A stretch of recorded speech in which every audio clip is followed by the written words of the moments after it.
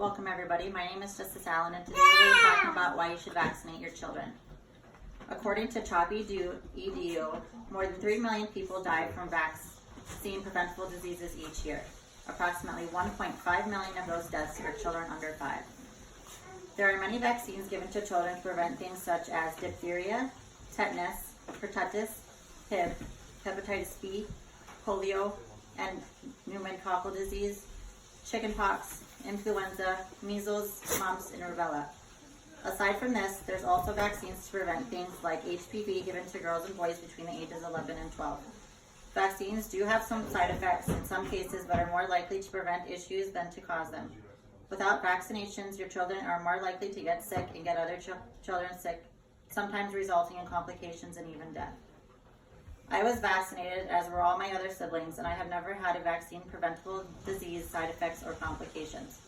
While this may not be the case for every child who is vaccinated, according to CDC.com, childhood vaccines prevent between 2 and 3 million deaths per year. These are just the numbers from those who are vaccinated. Can you imagine how many more lives would be saved if everyone chose to vaccinate?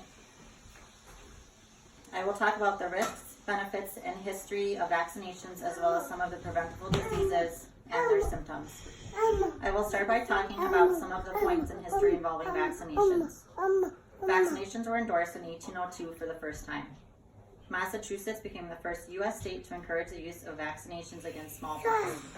Dr. Waterhouse, the first doctor in Boston to obtain vaccine materials, convinced the city's Board of Health to sponsor a public test of vaccinations. 19 volunteers were successfully vaccinated. Vaccine agencies established in 1813. The U.S. Congress authorized and James Madison signed the Act of Encourage Vaccinations, establishing a national vaccine agency. James Smith, a physician from Baltimore, was appointed the national vaccine agent. Massachusetts passed the first vaccination law in 1855. Massachusetts passed the first U.S. law mandating vaccines for school children. Influenza vaccine approved in 1945. Measles vaccine licensed in 1963. Mumps vaccine licensed in 1967. Within the next 5 years, more than 11 million doses of mump bats were distributed. Pneumococcal vaccine was licensed in 1977. Chickenpox vaccine licensed in 1995.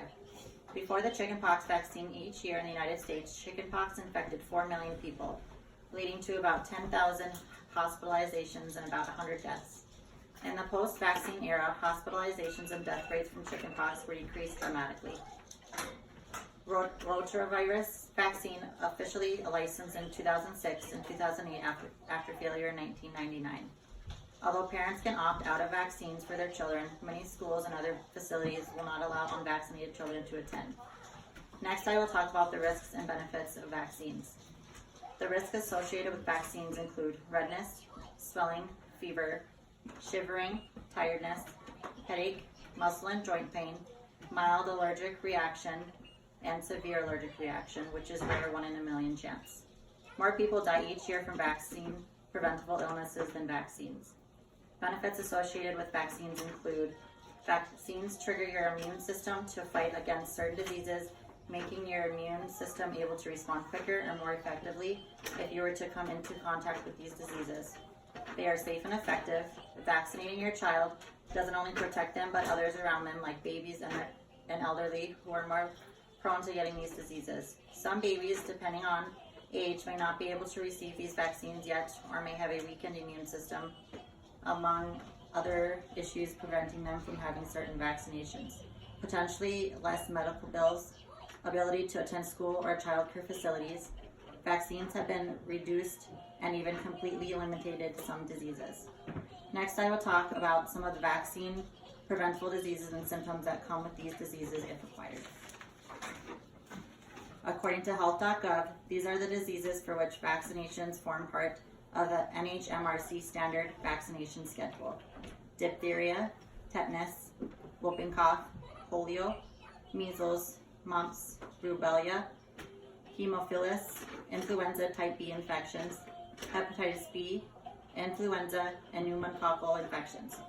Some other diseases where a risk may arise for a particular person or group of people in specific situations include cholera, hepatitis A, meningococcal disease, the plague, rabies, bat virus, yellow fever, Japanese encephalitis, Q fever, tuberculosis, typhoid, and the chickenpox.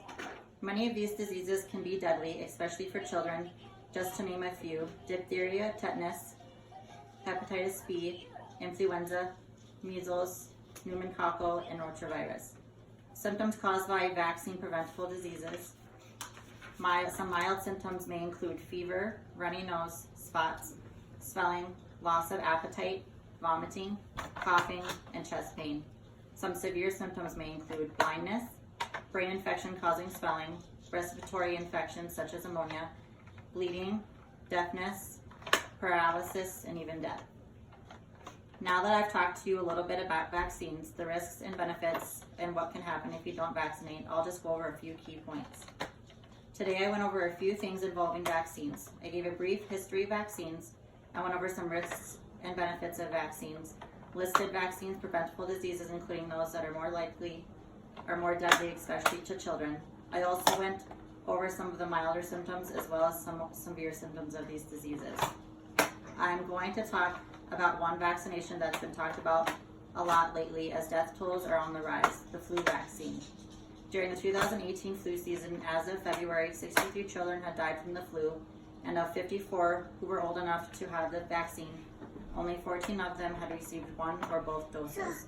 That's at least 40 unvaccinated children who could have potentially survived the flu had they been vaccinated. I know there are a lot of people out there who think vaccines cause more issues than what they prevent, but they don't. People think vaccines cause things like autism, but they don't. There's absolutely no research backing up the claim that it does, and even if in the future it shows that a vaccine causes things like autism, I would rather be a mother of a child with autism than a mother of children in heaven because I decided not to vaccine my children. Now I understand there are certain illnesses such as leukemia that prevent children from being allowed vaccinations. In those cases, it is up to the parents and doctors to decide what to do, but if you have a happy, healthy child who can have vaccinations, vaccinate your child. Save their life and prevent them from becoming ill with potentially deadly diseases or passing those on to other children and putting them at risk. Thanks again for listening. My name is Jessica.